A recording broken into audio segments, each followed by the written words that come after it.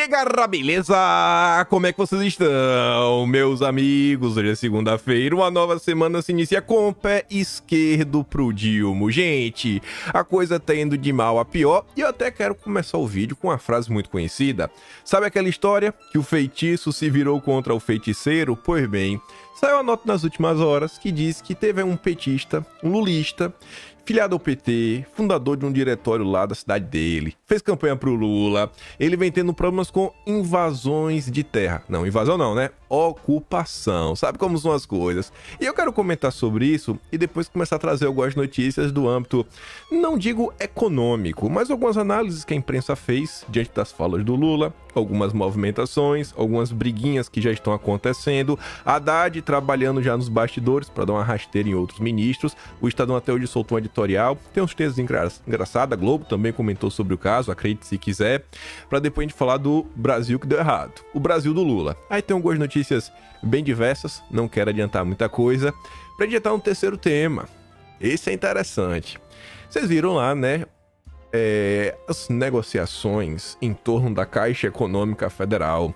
Alguns jornalistas do consórcio que vocês conhecem, um cara aí de esquerda que estava sempre em alguns embates com a turma da direita, falou que o Lula levou o toma lá da cá para o nível do escracho. E eu fiquei muito surpreso, porque nessa nota o cara fala de Bolsonaro. Um cara de esquerda que odeia Bolsonaro, ele fala, e falou bem. Na verdade, ele falou a verdade. E eu quero comentar sobre isso, mostrar algumas coisinhas que estão acontecendo, como o governo vem tomando algumas decisões, sempre deixando o Brasil de fora, para depois a gente falar alguns temas internacionais, que ontem o Leonardo Coutinho fez um thread muito interessante sobre a Argentina, inclusive dinheiro internacional entrando lá para ajudar na campanha do Massa. Quero falar da Venezuela rapidinho e uma notícia rápida de Bolsonaro para entrarmos em eleição e aí falarmos da direita, umas tretas que rolaram ao longo do dia de ontem, espero que dê tempo de falar da Americanas, o lado B da CPI das Americanas, mas vamos começar. Como eu disse, feitiço parece que se virou contra o feiticeiro. Acho que ninguém aqui vai ficar com pena. Indígenas impedem dirigente do PT de cultivar terras em Mato Grosso do Sul. Propriedade em Rio Brilhante foi invadida por grupo de 100 índios apoiados pelo MST e pelo Conselho Indigenista Missionário, né, o CIMI. Eu acho que o subtítulo tá até errado. Não é invadiram, eles ocuparam, né? Tem que falar do jeito certo. É só porque agora é petista virou invasão? Mas tudo bem.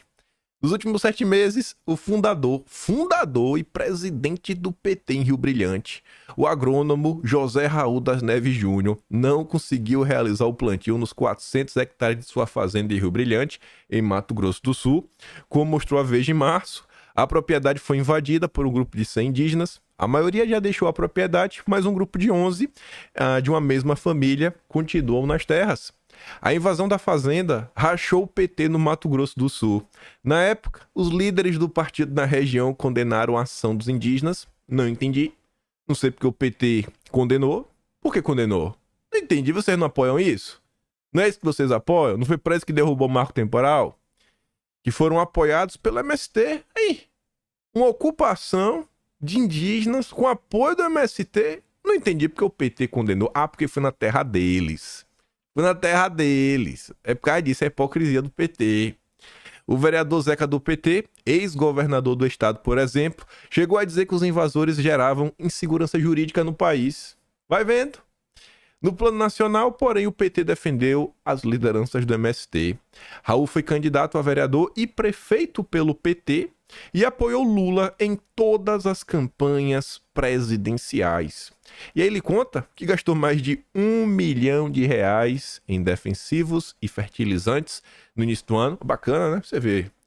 Petista não compra agrotóxico. É defensivo agrícola. Sensacional. Mas a invasão impediu o plantio de milho e soja. Abre aspas.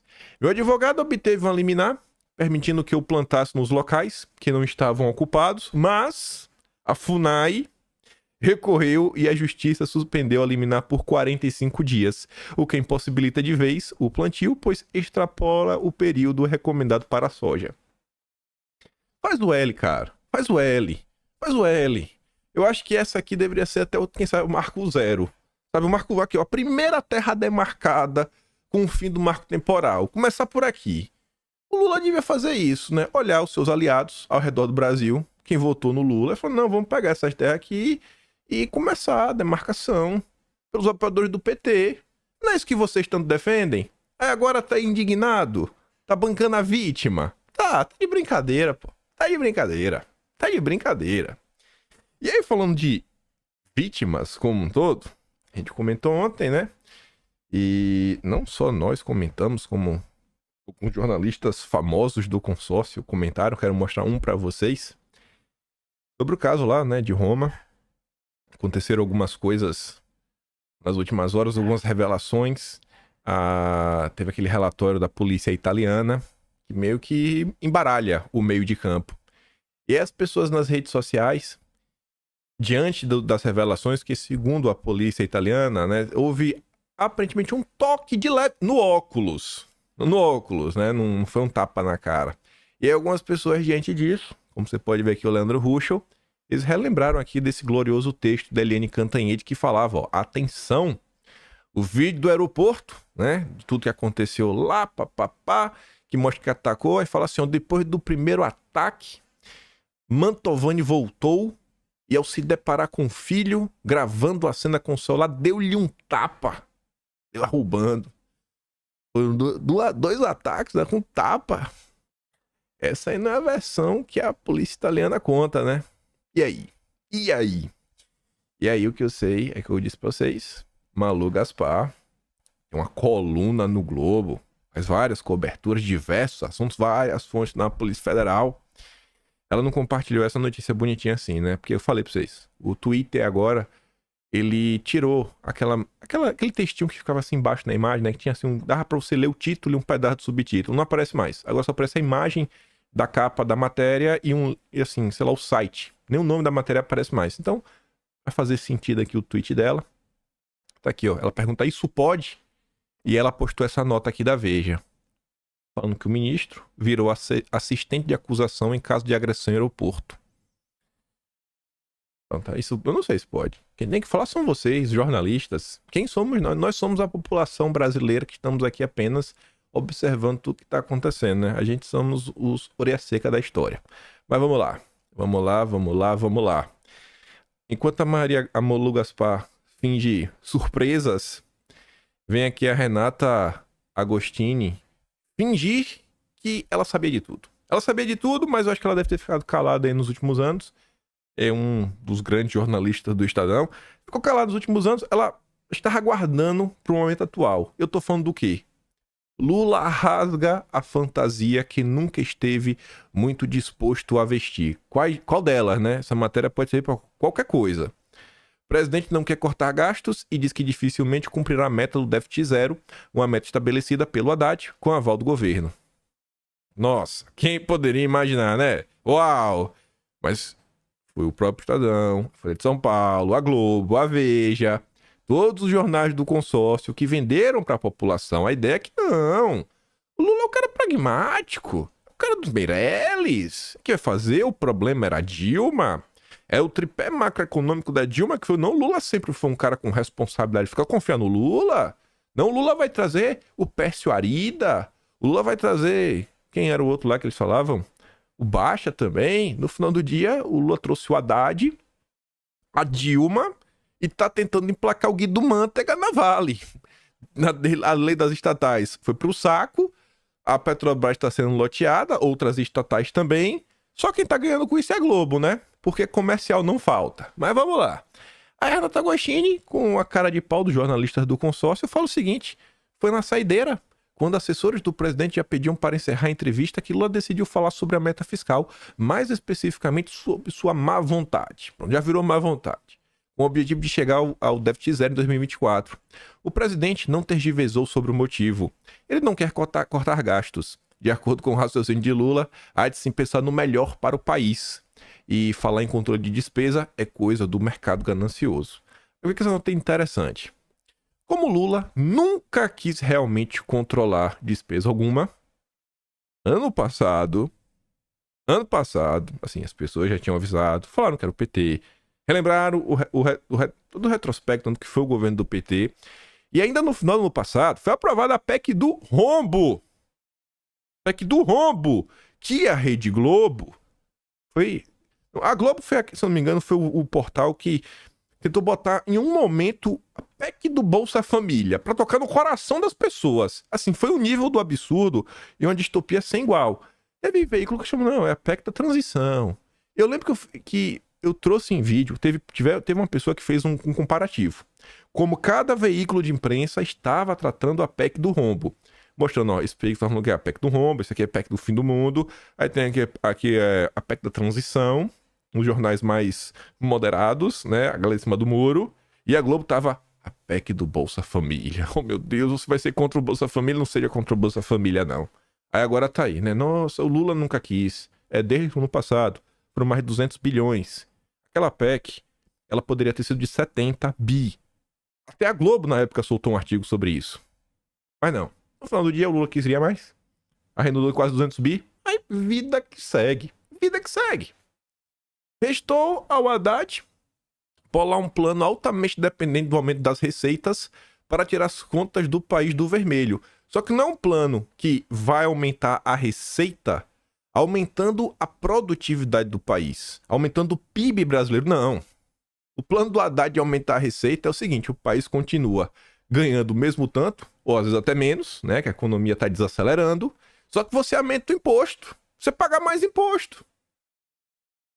Olha só, tem como dar certo? Óbvio que não, mas não importa. Pro PT nada disso importa. Importa é ter uma imagem bacana na imprensa, a Globo vem ajudando, para continuar ganhando eleição, o país continua indo pro buraco, eles continuam botando a culpa em Bolsonaro, a Globo continua tendo comercial e tá tudo bacana. E aí veio o enrosco. Para colocar o projeto de pé, seria preciso aprovar um caminhão de leis complexas no Senado. Para conseguir passar por essas propostas, o governo teria de aumentar o seu apoio no Legislativo. Para ter base, Lula teria que acenar com cargos. E acenou, e vem acenando, e nunca parou com isso. Ele assim o fez, e o Centrão então veio prometendo ajudar em votações, mas nem todas, e cobrando pela liberação de emendas e recursos, leia-se, mais gastos. Não nos esqueçamos que ano que vem é tempo de eleição, e aí a fatura do Centrão vai aumentar, né? Capaz até do Centrão barrar o Lula, porque tem interesses eleitorais, né? Deixa o governo federal, né, dar uma trepidada pra gente conseguir aqui emplacar um discurso municipal, um discurso duro contra o governo, né? Antissistema, para eleger os nossos. Haddad pretendia usar a promessa de meta e o compromisso do governo em persegui-la para pressionar o parlamento a correr, falando: nós estamos fazendo a nossa parte, Lira faça a sua, Pacheco faça a sua também. O Lula já falou que não tem meta, esquece. Foi com esse espírito que o Mendes esteve com o Lira na última semana, esquece. Ninguém leva o Haddad a sério. Investidores, banqueiros e analistas poderiam levantar o cartaz do "eu já sabia". Vocês fizeram L. O mercado nunca achou crível zerar o déficit público no ano que vem, mas viu que o resultado, ao fim, pode ser pior do que se imaginava. E como gosta de dizer meu avô, de onde menos se espera, aí que não sai nada mesmo. Diz a turma que fez o L, diz a turma que fez campanha pro Lula, diz a turma que propagava narrativas falaciosas contra conservadores, contra Bolsonaro e qualquer pessoa mais à direita nesse país. Aí vem a Malu Gaspar. Ela traz outras informações extras. E aqui é bom que ela trouxe uma quantificação. Eu falei, ó, ela tá sendo pior do que eu. Porque eu falei, ó, vamos pegar o resultado desse ano. O ano atual, 1% é basicamente 100 bilhões. Como se diz em déficit. Então, 0,5% seria 50 bi. Aí eu falei, né, quando o Lula diz, 0,25, 0,5 não é nada, a gente estaria falando de um prejuízo de 25 a 50 bilhões. Não é milhão, é bilhão. Não é pouca coisa. Mas a Malu Gaspar, ela traz uma correção, e esses valores são maiores. Não é 1 para 1, é 1 para 1,1, um pouco a mais. Mas tá ali, ó. Fala de Lula sobre déficit zero, indica a sua preferência no embate entre o Haddad e o Rui Costa. Diz que de um lado tá o Haddad, que vem tentando fazer alguma coisa. No polo oposto está a Casa Civil, responsável pela coordenação do PAC, pelo qual o governo prometeu gastar 1,3 trilhão até 2026. O Rui Costa defende que a meta seja alterada para ter um déficit de 0,5 a 0,75, ou seja, de 60 a 90 bi. Não é um prejuízozinho de 25 a 50, é um prejuízo de 60 a 90. E normalmente essa turma sempre erra, para baixo. Então, A gente bota aí o fator mundo real, a gente pega um número maior, que eles já estão orçando, o 90 bi de prejuízo, você bota o fator número real, às vezes assim 1,5, 2, então a gente pode estar falando mais um prejuízo ano que vem de 150 bilhões? Não sei. Vocês têm algum tipo de esperança no governo do PT? Eu acho que não.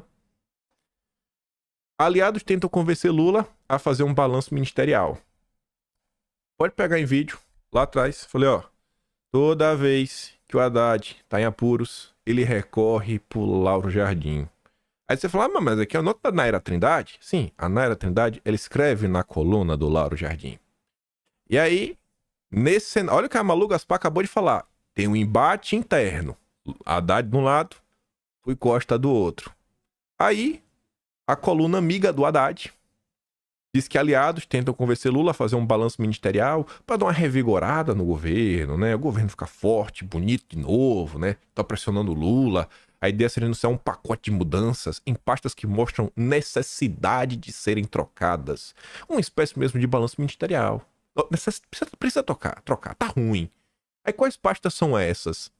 Entre os alvos, Rui Costa. Primeiro, brigou com o Haddad. Lá vai o Haddad pedir ajuda para o Lauro Jardim para derrubar o Rui Costa. No dia que Lula falar assim, ó, não aguento mais, me aposentei da política, qualquer coisa que rolar, a esquerda, meu Deus do céu, vai ser a briga. Ver assim, quem vai estar no colo da Globo e vai ser um batendo no outro. Um batendo... Não tem como manter coesão nessa turma. Eles se odeiam. Eles odeiam o Brasil. Eles odeiam todo mundo, eles só gostam dele.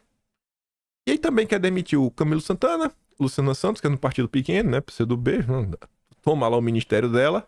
Lula, porém, resiste e, quando aconselhado, pergunta se há indicações de nome de substitutos. Mas vamos lá.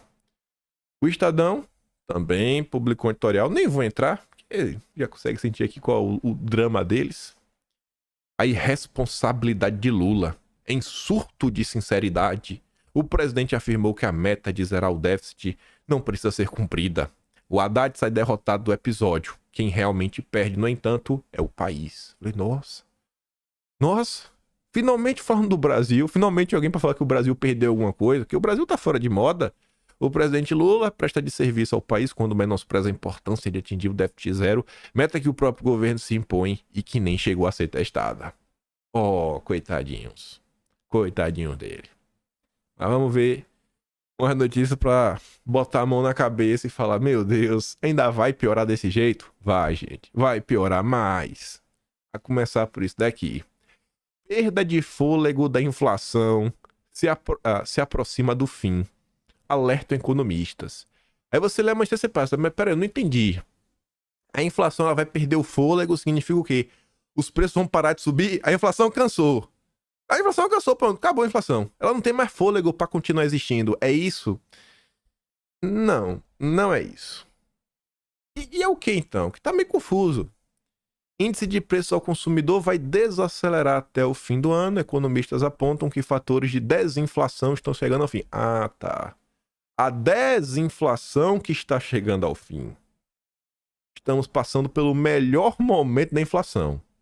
Se você está achando que as coisas estão ruins, se vocês estão achando que os preços estão aumentando, que as coisas estão caras, saibam que esse é o melhor momento. O pior tá por vir. No sentido que daqui para frente, muito do que trouxe a inflação para baixo, muito do que segurou o aumento dos preços, vai começar a se esgotar. E ele começa a estar questão de final de ano, questão de preços, cenário internacional, isso, aquilo, outro, etc. Então, se prepara que vai piorar.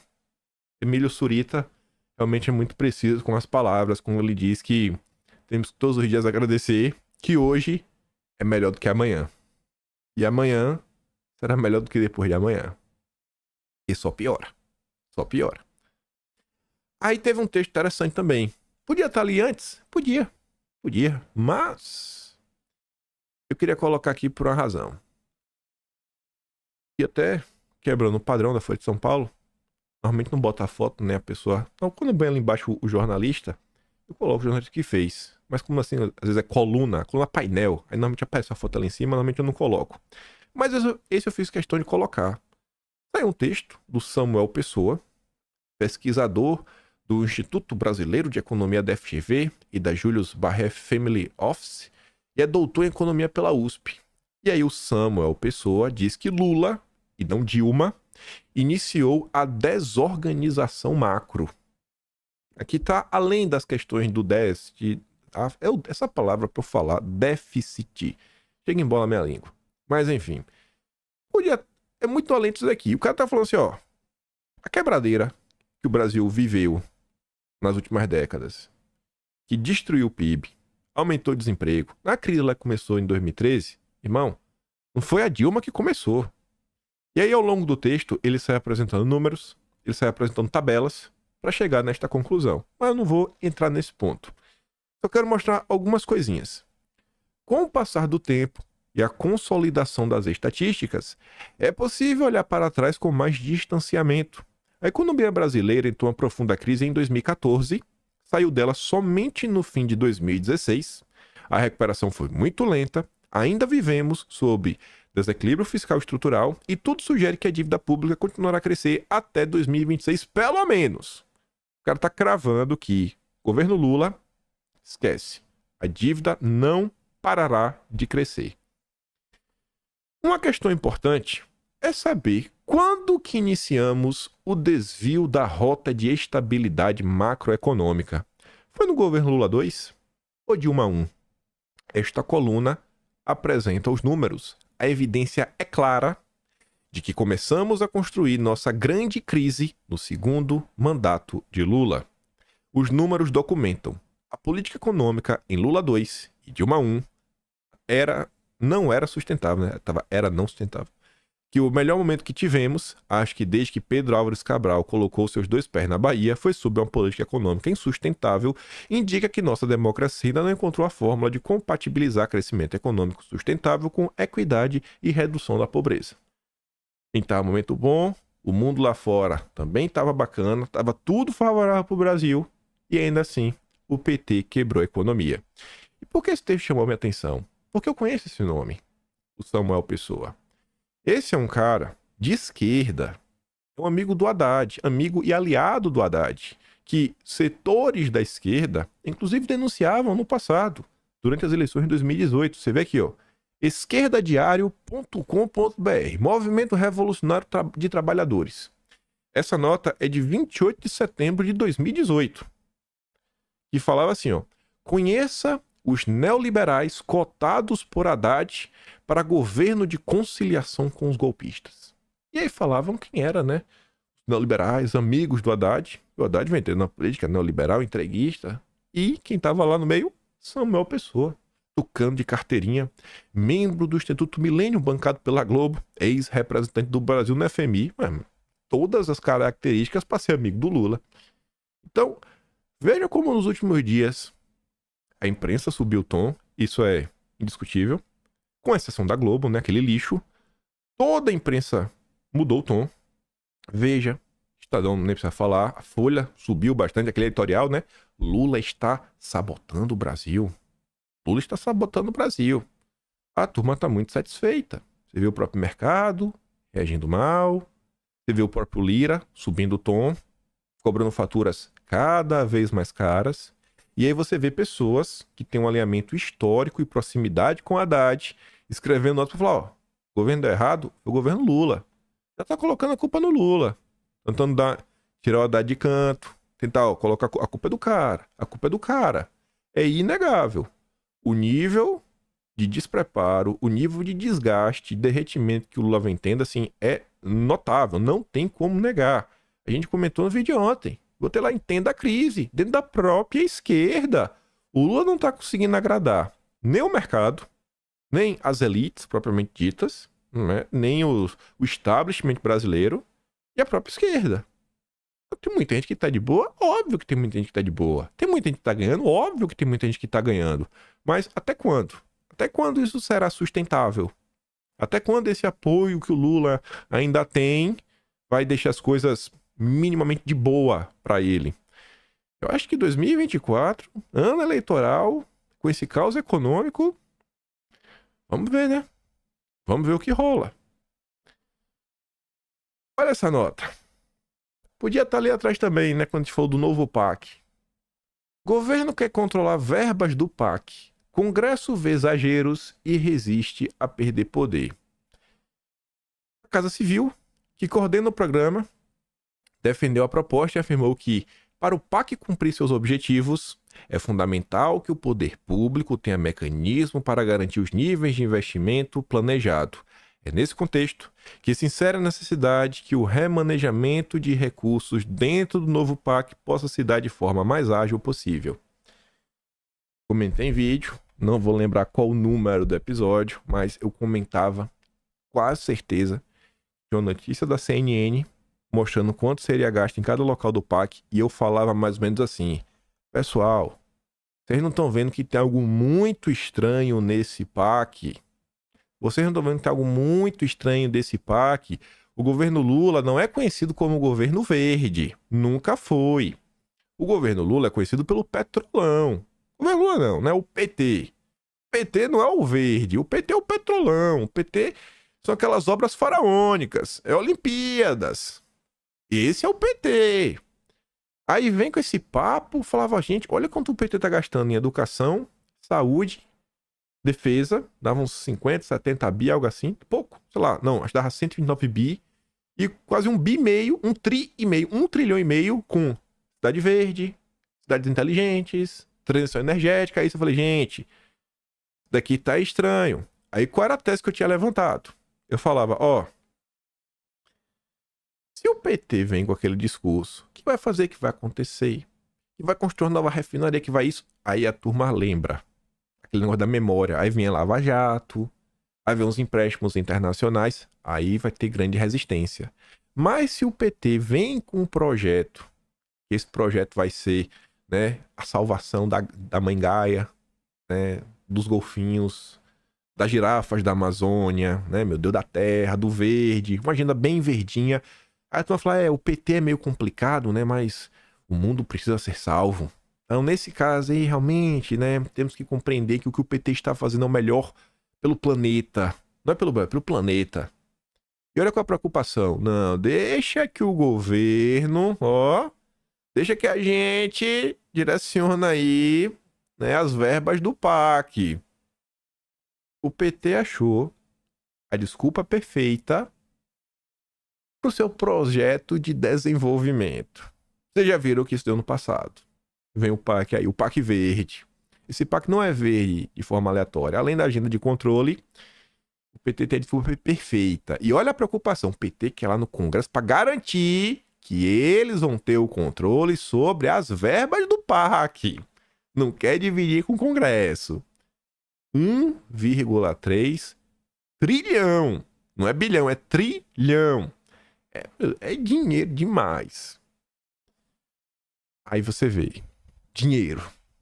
Ministério da Cultura autoriza a captação de quase 7 milhões de reais para musical sobre os tribalistas.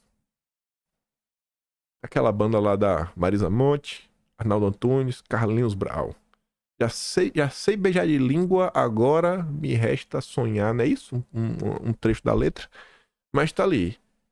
Autorizou uma produtora a captar 6,8 milhões para a produção do espetáculo Tribalistas, o musical. Abre aspas.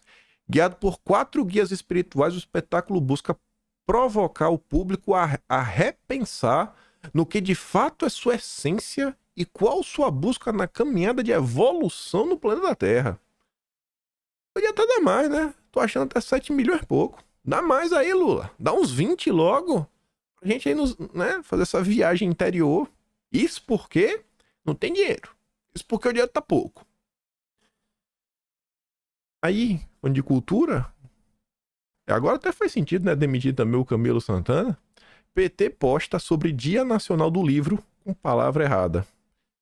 Assim, se você faz uma gafe, sei lá, qualquer coisa que seja, né? Você faz uma postagem na rede social divulgando um projeto, divulgando coisa, beleza, isso é um errinho de português. Mas celebrando o Dia Nacional do Livro, é tipo você celebrar o Dia Nacional da Educação com a palavra errada. Se fosse para celebrar o aniversário do Paulo Freire, a gente até entende, fala, pô, realmente baita homenagem. Escreveu errado para mostrar, né, a educação a tão sonhada educação do Paulo Freire. Aí ficou feio, né? Tá? Eles colocaram aqui um Brasil que distribui. Distribui. O pessoal na internet, né? Óbvio. Pegou o print eterno. No site, no perfil oficial do PT. A cara do Lula. O Lula não lê mesmo, né? O Lula não lê. O Lula. Ninguém liga pra isso. Essa é a esquerda. É apenas lacração, estética, marketing e propaganda. E aí vamos lá. Vamos falar de um embate esquerda-direita. E uma matéria que chamou minha atenção, que eu falei, não, jornalista de esquerda, rapaz, que vocês conhecem. E eu falei, nossa, o cara, depois de todos esses anos, reconheceu, né? Reconheceu minimamente um pouquinho do governo Bolsonaro. Mas de falar dele, saiu essa nota. Lula retarda indicações e põe órgãos e tribunais sob risco de paralisia e letargia. Aí no Supremo PGR, o presidente tem uma série de nomes para indicar a autarquias. Aí, lá para tantas na nota, eles falam assim, ó. Integrantes do governo e parlamentares dizem que a demora para preencher certos cargos ocorre pela falta de uma linha mestra de como se dará negociações desses postos. Sim, a demora é negociação. O Brasil vá para as cucuias. O negócio é negociação. Assim, não é uma demora porque está em busca de um bom nome, um bom técnico, sabe? Um cara preocupado com o futuro do Brasil. Não precisa ser um bom técnico, mas aí você vê que o cara que vai realmente lidar bem com a posição para o qual ele será indicado, que tem um compromisso com o desenvolvimento nacional. Não. Não é a preocupação. É as negociações, né? Como vai ser as negociações? Tá, não tem outra palavra. A própria não usou. Parlamentares têm buscado influir nessas indicações e Lula não definiu como se dará algumas articulações. Ou seja, quem ele pretende prestigiar, sindicatos de aliados integrantes do próprio governo ou se dará prioridade ao Congresso. Tradução. Não é sobre o Brasil. Não é. Posições importantíssimas que podem determinar o Brasil ir para frente ou ir para trás, que podem determinar que os interesses da população como um todo serão garantidos ou teremos uma pessoa para fazer lobby e trabalhar para, sei lá, algum grupo muito poderoso para o Brasil. O Lula está preocupado exatamente isso, né? Quem é que ele vai agraciar? É sempre assim.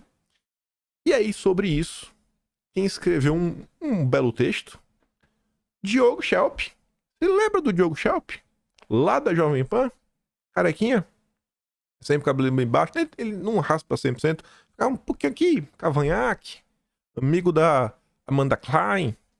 Teve um embate feio uma vez com a Cristina Grêmio. Acho que até foi processado, né? Acho, não sei. Acho que se deu mal. Acho. Não lembro como foi o desfecho final da coisa. Pois bem, o Diego Schelp, Bolsonaro, era o anti-bolsonarista, era o contraponto lá na Jovem Pan no passado. E agora ele tá escrevendo pro Estadão. Lula leva toma lá da cá ao patamar do escracho. Quando eu vi essa manchete, eu falei... Esse bicho era anti-bolsonarista doente. Só faltava gritar. Ele tentava manter uma posição sempre de educado, calmo, sereno, mas jogava abaixo. Nos primeiros mandatos de Lula, em comparação às taxas de aprovação de projetos do Executivo, foram quase de 83% e 79%. O que Lula mandava era aprovado. Lula mandou, tá aprovado. Mas havia um certo melindre entre as lideranças petistas em se valer da estratégia de governabilidade dos presidentes anteriores, né? O povo ficava meio receoso, né? Na hora de lotear, né? Pra não mostrar, nossa, se venderam, toma lá da cá, né? Ficar um pouquinho de vergonha. E o loteamento de cargos ministeriais acabou não sendo, como se sabe, teve, mas não foi assim, aberto, escrachado. Mas não foi o único instrumento para angariar votos no Legislativo. O governo Lula 1, principalmente, né? Houve também negociações ocultas dos olhos do público no ilícito infame mensalão. O mensalão. Isso rolou. Então, talvez tenha explicado porque o Lula conseguia aprovar muita coisa. Aí eu tirei essa matéria de ordem, porque antes desse parágrafo, tinha uma informação extra. Antes dele falar, quando ele traz a taxa de aprovação do Lula, ele comparava com o governo Bolsonaro. Mas vamos continuar na linha do Lula, antes de falar de Bolsonaro.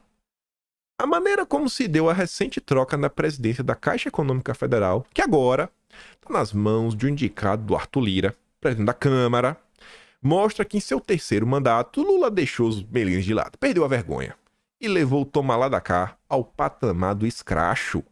Lula disse na sexta-feira, dia 27, que não negocia com o Centrão, mas com partidos. Há quem diga que come proteína ao invés de falar de carne. É a mesma coisa, né? Eu não... sei lá... Eu não uso copo para beber água. Eu uso um recipiente de vidro, formato cilíndrico, e dá pra botar líquidos dentro. É a mesma coisa. Eu não uso o celular para fazer ligações. Eu uso um smartphone. Chame do que quiser. Eu não uso o celular, eu uso um telefone. Chame do que quiser. No final do dia, é um celular. Como forma de pressão, Lira havia ameaçado obstruir pautas do governo na Câmara, também garantiu que as nomeações para as vice-presidências, do Banco Estatal devem passar por ele, conseguiu dobrar o governo depois de uma exposição patrocinada pela Caixa, mostrar a imagem dele, o Lira, numa lata do lixo. A mesma indignação do Lira não emergiu quando se revelou que seu filho é sócio de uma empresa que representa fornecedores de serviços de publicidade para a Caixa. Na hora que a Caixa patrocina a exposição do Lira na lata do lixo, meu Deus, que absurdo. Na hora que fala que o filho dele é o mestre do capitalismo, não, meu menino, bem criado, bem educado. No mesmo dia em que se confirmou a troca no banco, a Câmara aprovou um projeto do governo para taxar contas em paraísos fiscais e fundos de investimentos usados por milionários e tem quem chame isso de articulação política. Aí que vem um ponto que chamou minha atenção. A nota, já no início, segundo parágrafo, trazia essa informação. Quase todos os presidentes, desde a redemocratização, montaram coalizões partidárias para obter maioria no Congresso, entregando ministérios e orçamento às legendas. Quase todos os presidentes do Brasil deram cargos e dinheiro. A exceção, Diego Schelp, anti-bolsonarista, dodói, né? Saiu da Jovem Pan, inclusive, por algumas coisas que ele disse na época. A exceção do toma lá da cá foi Jair Bolsonaro, que preferiu encher seu gabinete ministerial com militares e ideólogos e pessoas técnicas. A certa altura, viu-se obrigado a ceder, mas não chegou a formar coalizões duradouras e conseguiu aprovar apenas 52 dos projetos próprios no Congresso. Aí quando vem o isentão falar: mas Bolsonaro... Bolsonaro não quis fazer a reforma tributária na época dele. Tinha feito. Tinha clima para fazer. Parece que esqueceram que a primeira manifestação de rua do governo Bolsonaro se deu em 26 de maio de 2019, que tinha como uma das pautas o Rodrigo Maia pautar, olha o nível, uma medida provisória para diminuir o número de ministérios. Aí vocês querem falar que uma reforma tributária que mexe com o interesse e lobby dos maiores empresários do Brasil, que muitas vezes, né, elegem representantes, ou tem representantes lá que, no futuro, querem ser eleitos, né, os meninos dos olhos de ouro desses grandes empresários que sonhariam em rodar o mundo, em hotéis caros, de luxo, grandes eventos, comendo do melhor. Aí o governo Bolsonaro não aprovou por má vontade. Tá aí, esse é o Brasil. E o cara tentou, viu? Mas tentou. E 52% com a imprensa jogando contra. Mas jogando contra assim, não precisa nem avisar, né? Não precisa nem falar.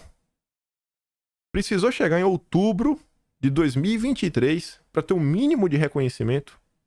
Sabe assim, um mínimo de consideração. Não era para ter um jornal assim, falar, não, vamos passar pano, vamos ser aqui um jornal chapa branca. Não, a gente faz isso. Nossa, eu sou chapa branca, é demais. E não nego.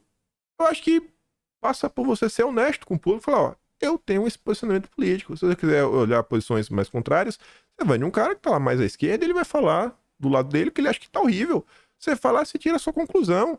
Mas a imprensa não. Era dia sim, dia também. Por que isso? Ai, porque aquilo outro. Ai, porque o ministro, nosso ministro, ele fez um tweet que ele tá criticando. Não, eram assim umas coisas pequenas. A imprensa desestabilizou o Brasil por miudez. Não dá pra entender. E olha o cenário que a gente tá vivendo hoje. Eles colocaram o Brasil à destruição por pura revanche. É um negócio assim que você fala, cara, eu não consigo entender o que passa na cabeça dessas pessoas. Aí agora tá aí, né? Ah, não, o Bolsonaro foi a exceção. Bolsonaro foi a exceção. Oh. Após demissão na Caixa, a bancada feminina da base cobra representatividade no governo. Vai esperando que vai ter. Vai esperando. Continua cobrando aí que uma hora, quem sabe o Lula escuta vocês. Declaração de voto em Bolsonaro queimou economista Luiz Barsi para vaga ao conselho do IRB. Veja as frases. Essa foi a manchete original, publicada às 3h04 da tarde. Aí o Tássio Lohan atualizou às 4h32. O que a investidora Luiz Barsi disse sobre Jair Bolsonaro antes das eleições de 2022, né? A gente sabe disso. No final do dia, né? Você, no Brasil, você tá do lado de Bolsonaro, isso gera uma certa perseguição em relação ao seu nome. O que tá rolando, pô? Tá vendo? Vocês estão vendo, gente? Tá vendo como são as coisas? Não, não pode. Esse é o Brasil. Esse sentimento foi criado pela própria imprensa. Rejeitado no Conselho de Administração do ressegurador IRB, a investidora economista herdeira Luiz Barsi já se posicionou a favor da reeleição de Bolsonaro. Para ela, a derrota de Lula em 2022 significaria uma maior estabilidade para o país. E não é bolsominion, não. Em entrevista a um podcast publicado no dia 1º de setembro de 2022, ela declarou seu voto em Bolsonaro, mas ponderou de não morrer de amor por ele. Mais um ano, a gente vai ter que votar no menos pior. Em nenhum dos dois eu votaria com muita alegria. Eu, na minha opinião, Bolsonaro seria menos pior. Por achar Bolsonaro menos pior, ela não é nem bolsominion. Olha o resultado. Esse é o Brasil do Lula. No momento, manter como a gente está traria mais estabilidade do que, de novo, uma ruptura, um possível flerte com o governo esquerdista. A nossa vizinha Argentina está aí para isso, para mostrar que esse discurso é muito perigoso. O mundo está passando por uma crise de alimentos, está tudo muito caro, e o Brasil é o celeiro do mundo. E aí você tem um candidato que diz que o agro não é importante. Acho um discurso muito perigoso. Pegando esse link aí com a Argentina, indo lá nos Hermanos, o Leonardo Coutinho fez uma thread muito interessante. Olha como são as coisas. Vocês viram já aquelas histórias do Lula recentemente, né? E o Sérgio Massa. E agora o Leonardo Coutinho nos conta que tem um canal chamado Note Argentina. Ele foi criado dia 27 de outubro, hoje é dia 30. Né? Quando ele fez até de ontem era dia 29. Apenas 2 dias atrás. Hoje foram 3 dias. Só tem um vídeo online. Mas, graças ao impulso publicitário pago por uma empresa vermelhinha daquele país, Comuna, atingiu incríveis 2,1 milhões de visualizações num único dia. Em um dia, 2 milhões e 100 mil views. Depois de pagar para o vídeo rodar, impulsionamento. O vídeo de 37 segundos, que apareceu como publicidade para milhões de argentinos, é um fragmento de um comentário de um dos jornalistas mais influentes da Argentina. Pegaram William Bonner, argentino, que afirma que Sérgio Massa não é kirchnerista. Não é. Ele é do governo do Kirchner, ele estava lá, estava coberto de feito, estava tudo, mas não é. Não é. É diferente. E não apoia a Venezuela, Irã e Cuba, como a Cristina Kirchner. Não, ele é diferente, ele apoia o Lula. O Lula. É inacreditável. É tipo o que fizeram no Brasil. Você lembra do Brasil quando a eleição não passa? Não, Lula. Lula não apoia a Nicarágua. Não, o Lula não apoia nada que está acontecendo na Nicarágua. O Lula não apoia o Maduro. É fake news. Tire do ar. Tira essa matéria do ar. Tira esse tweet do ar. Tira esse vídeo do ar. Tudo fake news. Um ponto relevante é que o fenômeno Note Argentina foi pago por uma empresa comuna, CGY Hong Kong Information Technology Co. Limited, que, apesar de se apresentar como uma empresa de tecnologia, não possui site ou redes sociais vinculados a este nome. O CGY está registrado em um escritório que também é utilizado por outras empresas, algumas delas offshores. Sinal de que a empresa que pagou pela mensagem a favor de massa, além da virtualização do endereço, pode estar ativa ou não, ou ocultar os proprietários. Entre as empresas registradas no mesmo endereço do CGI, ele coloca o nome, duas também estão registradas no Brasil. Uma dedicada à produção de software e outra à importação de medicamentos. Esses tipos de cobertura empresarial, além de ocultar os proprietários, servem como cortinas de fumaça para organizações realizarem operações governamentais clandestinas. Olhando o que aconteceu na Argentina, interferência internacional de forças ocultas. Imagina, né, o que não acontece no mundo. Imagina o que já aconteceu no passado, ao redor do planeta. Vamos falar assim. Eu vou falar pra vocês. Hoje, cada vez mais convicto. Cara, só o Brasil. Tem que pensar no Brasil e no Brasil. E no Brasil e terceiro, quarto, quinto lugar. ONU, OMS. Olha a OMS. Vocês viram o que foi a OMS? Lembra do Tedros, o dançarino? Lembra? O que ele fez o mundo fazer? ONU. Papinho de OCDE. Papinho de... Qual é a outra do comércio? OMC? Pelo amor de Deus. Não boto mais fé em nenhuma. União Europeia. Ninguém liga pro Brasil. Ninguém. Depois daquela nota do Financial Times mostrando como nosso amigo Biden trabalhou para garantir a vitória da democracia. Olha aí, ó, outro exemplo. Não tenho mais fé. Só na tia do Zap. Ainda falando de Argentina. A Argentina está sob uma crise de abastecimento de gasolina. Filas e filas em postos que estão racionando o combustível. Para mim, parece impossível que isso não impacte a campanha de Sérgio Massa. A questão pode ser de vida ou morte para as pretensões do peronista. Olha o estado que as coisas chegaram na Argentina. Por eleger um esquerdista. Espero que o Lula não saia do governo com o Brasil neste estágio, porque é muito difícil. E aí, falando de petróleo, alguns assuntos internacionais, antes de falar de eleição no Brasil, Estados Unidos suspendem sanção contra Maduro, mas o alívio não deve durar muito. Aquela coisa de fachada. Aí você vê, ó, depois de dias, finalmente a imprensa começa a falar o óbvio. Petróleo e imigração motivam a decisão norte-americana. É mesmo. Agora vocês dizem isso. Que é pelo petróleo. As medidas atenuam a situação de Maduro, atraindo uma crise humanitária catastrófica, mas pouca gente acredita que as condições sejam cumpridas e o alívio duradouro. O primeiro nó se fez para no domingo, quando Maria Corina Machado levou 93% dos votos nas primárias da oposição para o pleito presidencial. Detalhe, ela está impedida de ocupar cargos. E aí, o Maduro vai deixar ela ficar elegível? Ou vai seguir inelegível, tipo Bolsonaro? A realização das primárias foi, por si só, um triunfo para a oposição. Organizadas de forma independente, não contaram com qualquer apoio técnico ou verba oficial. Pelo contrário, a agência de telecomunicações tirou do ar um guia da localização das urnas e rádios e TVs foram impedidas de cobrir a votação. Tipo quando a Globo abafa algum assunto em relação ao Lula. Mesmo assim, mais de 2,3 milhões de pessoas compareceram aos postos, uma surpresa até mesmo para os organizadores e um indício de que a população tem esperança de poder encerrar de vez a dolorosa década que o PIB encolheu 80% e 7 milhões dos 30 milhões de venezuelanos deixaram o país. O documento de 5 páginas, assinado em Barbados, é vago, não anistia políticos impedidos de se candidatar, como a Maria Corina. Seu direito de concorrer foi cassado por 15 anos pelo judiciário subordinado a Maduro. Já vi esse filme.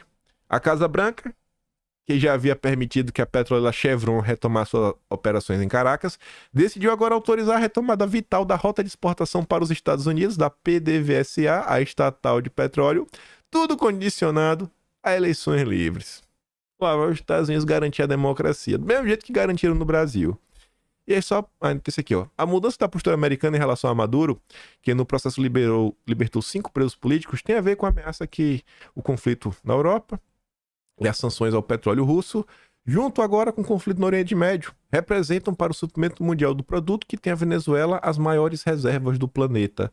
Também entra na equação o crescente fluxo de venezuelanos para os Estados Unidos. Eles são maioria entre os indocumentados que cruzam a fronteira e Maduro, nas últimas conversas, se comprometeu a receber de volta os que forem rejeitados. Biden, pode mandar. Manda que eu lido com esses fujões. Resta saber, né, se o Biden vai mandar de volta. Imagine o tratamento que essas pessoas vão ter ao voltar. Imagina, né? E passar por uma reeducação. Aí, de falar de eleição, a última aqui. Pix milionário. Bolsonaro recebeu doação de 16 mil servidores federais. Tá, e aí? Com quem a gente viu até o momento indicações do Lula, que ele tá vendo, que ele tá deixando de ver. Quando você vê aí o Brasil, onde a Luiz Barsi, ela, segundo a nota original, que depois foi atualizada, ela teve um cargo negado pelas suas falas em relação a Bolsonaro. Quando você vê uma coisa dessa, você fala, pô, 18 mil servidores federais, é pra quê? É pra botar um alvo nas costas dessa turma? É pra falar quem vai ter que ser perseguido primeiro? É pra saber as pessoas que jamais poderão ser promovidas, ainda que elas façam um bom trabalho, ainda que sejam bons funcionários, que cheguem no horário, não falte, etc. É por isso? Não sei. Eu não sei. Eu não faço a mínima ideia. Mas vamos ver aí, né? Vamos ver o que o consórcio espera com tudo isso. Mas vamos lá. Vamos falar de eleições no Brasil, que tá se tornando sinônimo de treta, né? Nas últimas horas, mais precisamente anteontem, dia 28, vocês podem ver aqui, teve um vídeo que foi postado nas redes sociais, só tentava no vídeo ontem, mas não deu tempo, onde tem esse rapaz do MBL, chamado Lucas Sanches, e aí ele fala, né, primeiramente fora Bolsonaro, o vídeo assim, coloca ele falando primeiramente fora Bolsonaro várias vezes no vídeo, e aí depois coloca uma notícia lá, que ele vai ser o candidato em Guarulhos, aí depois tem um pedaço do vídeo que o Valdemar falou, não, é o nosso candidato, vai ser, o Bolsonaro vai apoiá-lo, Bolsonaro vai apoiar o MBL. Eu falei, meu Deus do céu, Valdemar, de novo Valdemar, mais uma Valdemar. Aí, em relação a esse caso, cresceu nas redes sociais, virou notícia, como virou essa matéria aqui do Estadão, apoio do PL a ex-MBL em Guarulhos gera nova reação bolsonarista contra Valdemar. Mais uma. Tá quase que diário. Aí nessa matéria, sai citando algumas pessoas que ficaram contra. A única pessoa que a matéria cita assim, influenciadores com milhares de seguidores falaram isso, mas não fala o nome desses influenciadores. Só que essa nota traz, por exemplo, o nome do Fábio Van Garten. Aí coloca assim, ó. Ele coloca o tweet do Fábio Van Garten, que foi feito também no dia 28. Tem um gênio de Guarulhos que xingava e desprezava o presidente, e agora que é o apoio dele para a eleição lá. É isso mesmo? Não pode ser. Ninguém faz a mínima lição de casa. Ninguém pesquisa nada. Não rola. Vamos manobrar contra. Daí foi o comentário que fez nosso querido Valdemar. Essa postagem não é em relação ao vídeo lá de Guarulhos. Mas eu acho que se encaixa nesse contexto. Você vê pelo horário, ó. Foi das 10h19. O vídeo começou a rolar no final da noite de sábado. Então aqui é de manhã, 10h19 da manhã. Não tem nada a ver. Pra depois falar, o cara não mandou nenhum recado pra Valdemar.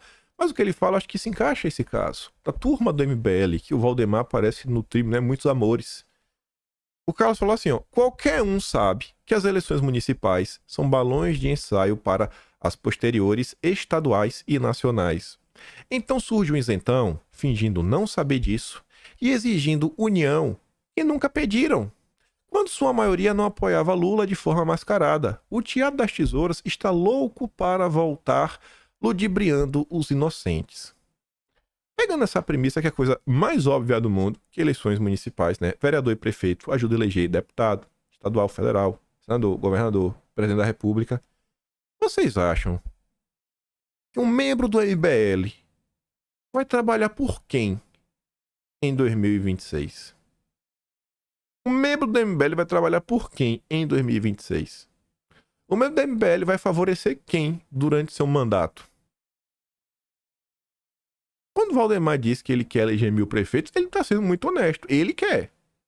Os deles. Os 1000 prefeitos. Não é o Valdemar não tem um projeto de país. O Valdemar é igual o Lula. Não liga pro Brasil. O Lula liga ganhar um prêmio Nobel, viajar pelo mundo, ser paparicado, ter o poder nas mãos. O Valdemar liga em ter poder nas mãos, eleger muita gente. Sei lá, né? O partido dele tem muito dinheiro, deve ligar para isso, só.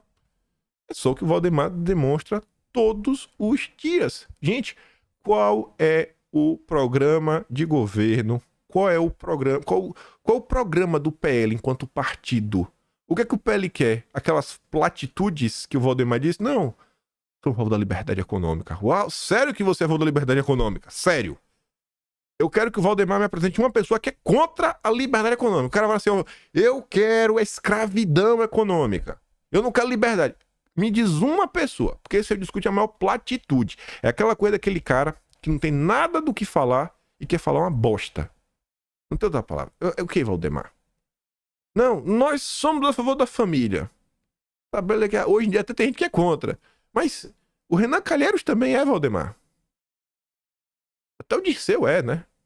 Ele gosta tanto da família que botou o filho dele deputado federal. Qual é o programa do PL? É pra fazer o quê? É pra chegar onde? Qual o objetivo? Aproximação com Lula e movimentos para as eleições de 2024 geram debandada no PL. Porque se aproximaram com Lula. Nossa, 5 deputados federais já deixaram negociar a saída do partido. Movimento seguido também por lideranças regionais. Aí veja só. Coloca aqui. Era para estar em outra ordem as notas. O Salles esses dias publicou uma notícia. Não, desculpa, uma pesquisa. Ali, vou dar aqui um zoom para ver melhor. Que fala assim, ó. Vou ler primeiro a manchete. Nas próximas eleições, qual nome você escolheria para ser prefeito de São Paulo? Olha esse dado. A tese do Valdemar é que Bolsonaro é um extremista. A tese do Duda Lima, o braço direito do Valdemar, é que Bolsonaro, ele pegou a pesquisa do Murilo, da Paraná Pesquisas. Eu quero que o Murilo da Paraná Pesquisa venha. Eu falo assim, quem você está mentindo? Não foi a minha pesquisa. Então, pegou a pesquisa do Murilo, da Paraná Pesquisa, sentou, prefeito, e vende dia sim, dia também. Ó, se você traz Bolsonaro para perto, você ganha 2 votos e você perde 3. Aí você olha para cá. O Ricardo Nunes tem 11%. O Ricardo Salles tem 15%. Vocês querem me convencer que o Ricardo Salles tem 15% porque ele é o Ricardo Salles? Ou porque existe uma ideia, uma visão que o Ricardo Salles é o candidato mais à direita, que tem proximidade com o Bolsonaro? Como é que vocês querem me convencer que se, desde o início, o Valdemar não ficasse de descaração de Marta Suplicy, de Milton Leite, de, sei lá, qualquer outro maluco aí que ele pensa pra... Não, o Antônio Carlos Rodrigues. Você fala assim, não, cara, vamos aqui compor e vamos começar a construir uma aliança. Construir algo melhor. A direita não é intransigente. A direita não quer obrigar nada. Mas ele viesse de forma honesta. Sem pensar na boleta, né? Ele não pensa nisso, né? O Valdemar não pensa. O Duda Lima, sim. Aí fala assim, não, vamos pensar. Será que o Ricardo Nunes ia aparecer ali com 11,6? Será que o Ricardo Nunes ia perder 3 votos, né? E só ganhar 2? Ia ficar no prejuízo? Porque eu tô vendo ali o Salles com 15,4. E aí? Será que não podia ter talvez os mesmos 11,6 que o Ricardo Nunes não tem, mais os 15,4 do Salles, aí já pular para quê? 27%? Aparecer em primeiro lugar nas pesquisas? Você conseguir unir a máquina que já está na mão e você realmente incluir um projeto de governo minimamente estruturado, falar, não, a gente quer isso daqui. Pra gente apoiar, a gente não quer apenas uma vice. Pra gente apoiar, a gente quer ver a cidade de São Paulo mudar. Nós queremos ver o cidadão paulista feliz, seguro, acabar com a Cracolândia, começar a resolver as coisas. Será que não estava numa situação melhor? Até o Datena tá na frente do Ricardo Nunes. E o Valdemar é o grande cara que chancela a candidatura dele. É inacreditável. Mas o Valdemar, não é que ele não consegue perceber, ele percebe. Mas ele quer eleger a turma dele, né? O Valdemar não gosta da direita. Você vê, ó. Em quem você não votaria de forma alguma? Você vê que basicamente São Paulo, é a cidade é de centro, mas a gente tá diante de uma batalha de rejeições. Apenas um terço da população jamais votaria no Salles. É o mesmo terço que jamais votaria no Boulos. Tira o Salles, coloca qualquer bolsonarista, vai ser a mesma coisa. É um terço da população que é contra e não vota de jeito nenhum, que é o esquerdista. O esquerdista. Já tá assim. A batalha pelo centro é balela, conversa mole, ai, não sei quem afugenta votos. E ainda você vê, olha como tá o clima no Brasil, no momento. A imprensa mudando o tom, a imprensa começando até a reconhecer que o governo Bolsonaro foi diferente. As pessoas estão começando a cair na real que, pô, foram enganadas. Que o PT é muito pior do que o bolsonarismo. Pelo menos eu tô vendo, tem gente acordando. Pela própria imprensa. Aí veja. Mais uma vez. Valdemar vai lançar o PL Pet e o PL 60+. O mais adiantado é o PL 60+, que terá como foco a filiação ao Partido Brasileiro com a de pessoas, né, com mais de 60 anos de idade. Beleza, bacana. Mas vem cá, gente. Como é que Bolsonaro tem o lema Brasil acima de tudo? Eu até entendo, não, beleza, acima de tudo, mas tem a questão eleitoral, né, pele jovem, pele mulher, etc, tudo mais. Mas beleza, eu acho que o grande ponto é a gente trabalhar pelo Brasil. Trabalhar pelo Brasil. O Valdemar quer criar minorias. O Valdemar é identitário. O Valdemar é o Biden brasileiro. Só fala besteira toda vez que dá entrevista. E agora quer criar minorias. Não, vai ter aqui. Vai ter um Pele Pet. O amigo que mandou isso aqui falou: vou comprar um pônei. Vou ser o cara do pônei do Pele Pet. Pele Pet. O Brasil, no estado das coisas que nós estamos, não tem infraestrutura, não tem saneamento básico. Se quer ter emprego, né? O salário não tá subindo, os preços estão ficando caros.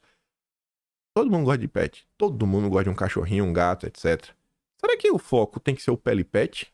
Ou será que o foco realmente é ter um projeto estruturado? Que o seu projeto traga as pessoas para perto?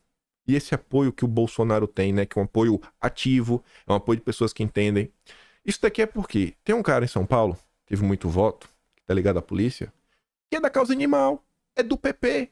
Aí o Valdemar viu e quer copiar. Não é achismo, não. Eu tô te falando que é assim. Esse é o Valdemar. Invejoso, ainda mais um invejoso. Um partido sem direção. O Valdemar só pensa quantos eu vou eleger. Não fala de Brasil. A gente podia estar numa situação muito melhor. Imagina, com toda a estrutura que um partido tem, que os deputados têm de assessores, imagina se a turma realmente fala: não, cara, vamos organizar o meio de campo, ó. Eu aqui esse grupo, vocês cobram economia, vocês cobram defesa, vocês cobram aqui segurança pública, vocês cobram aqui meio ambiente, vamos aqui estruturar ações coladas, né? Ligadas ao estatuto do partido, o direcionamento que nós queremos, e a gente critica o governo e também vai apontando nossas direções. Se o Valdemar usasse a estrutura que ele tem de comunicação, que ele pega o telefone e liga, aí não der a sair, né, as entrevistas, que ele tem contato de todo mundo, ele tem uma equipe só para isso, colocar serviço da direita, para avançar com a agenda. Mas não, Valdemar pensa que essa turma é extremistas. Aí você pergunta, já perguntaram ao Valdemar, e o que é um extremista, Valdemar? Ele não sabe explicar. É puro ódio. Porque, na verdade, extremista, por Valdemar, no final do dia, parece que são pessoas que não são subservientes a ele. Aí você vê, Michele puxa mulheres e pele filia 14 mil até outubro. Michele tem uma capacidade midiática? Não tenho dúvidas, tem. Mas eu acho que aqui cabe, com todo o respeito, né, a ex-primeira-dama, o que Bolsonaro falou pro filho dele, Eduardo Bolsonaro. Você lembra que quando o Eduardo Bolsonaro lançou um programa que era o Brasil Precisa Saber? Acho que era assim. O primeiro entrevistado foi Bolsonaro. Aí Bolsonaro perguntava pra Eduardo numa entrevista: quantos votos você teve, Eduardo? Eduardo, não. Teve um. O seu voto. Todos os outros são meus. E tá errado. Tá errado. Assim, não, o cara votou Eduardo Bolsonaro. Eduardo. Beleza, engole de tudo, né? Mas acho que se não fosse teu pai, não tava brilhando como tá brilhando, né? O caso da Michele, se não fosse o Bolsonaro Tira o Bolsonaro do nome, assim, com todo respeito, eu acho que a diferença também tá em Bolsonaro. Nesse tal bolsonarismo, que Valdemar tem nojo. Falta uma estrutura. Tentar realmente sentar, ouvir as ideias, compreender o clamor popular. Qual a dificuldade disso, gente? Qual a dificuldade de um partido político no Brasil compreender ideias básicas? Pedir saneamento básico é ser um radical, Valdemar. Pedir uma melhoria econômica é ser radical, Valdemar.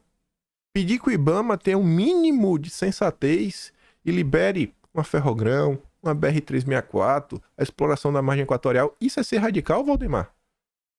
É de brincadeira, pô. Uma valorização da polícia, isso é ser radical, Valdemar? É o tempo todo. Tem a faca e o queijo na mão. E aí? Vai trocar pelo MBL? Vai trocar pelo MBL. Essa daqui eu comento depois. Tem dia que eu tô querendo comentar essa nota, mas só pra encerrar. Vou comentar isso aqui bem rápido. É um comentário que eu achei tanto quanto intrigante. Que é o que Valdemar não percebe. Tá ali, ó. Polarização política. 41% dos brasileiros mudariam de país se pudessem, diz a Quest. O Kenneth fala o seguinte, boa notícia, ele tá sendo irônico. 41% da população pretendem mudar de país assim que puderem.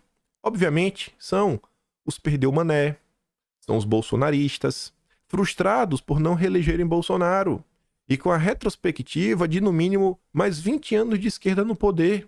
Provavelmente muitos, mas muitos, conseguirão seu intento, selando assim eleições nos próximos 20 anos para forças da esquerda.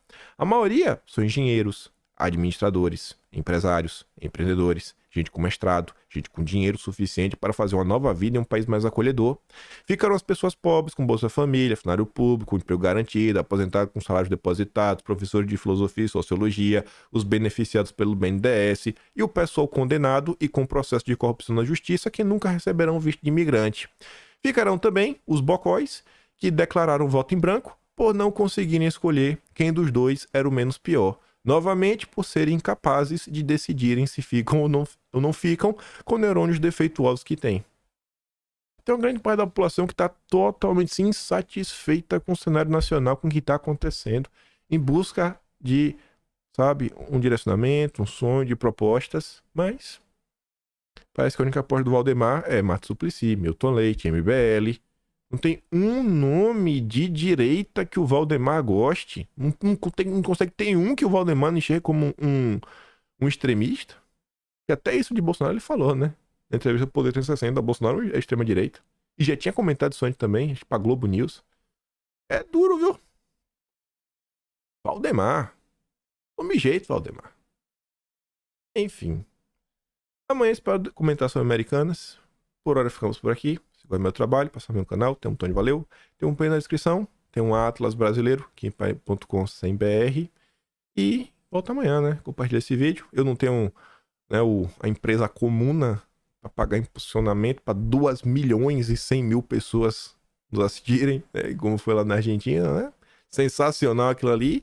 Mas é isso. Fico por aqui. Um grande beijo, abraço, tamo juntos. Valeu, meus amigos. Fui!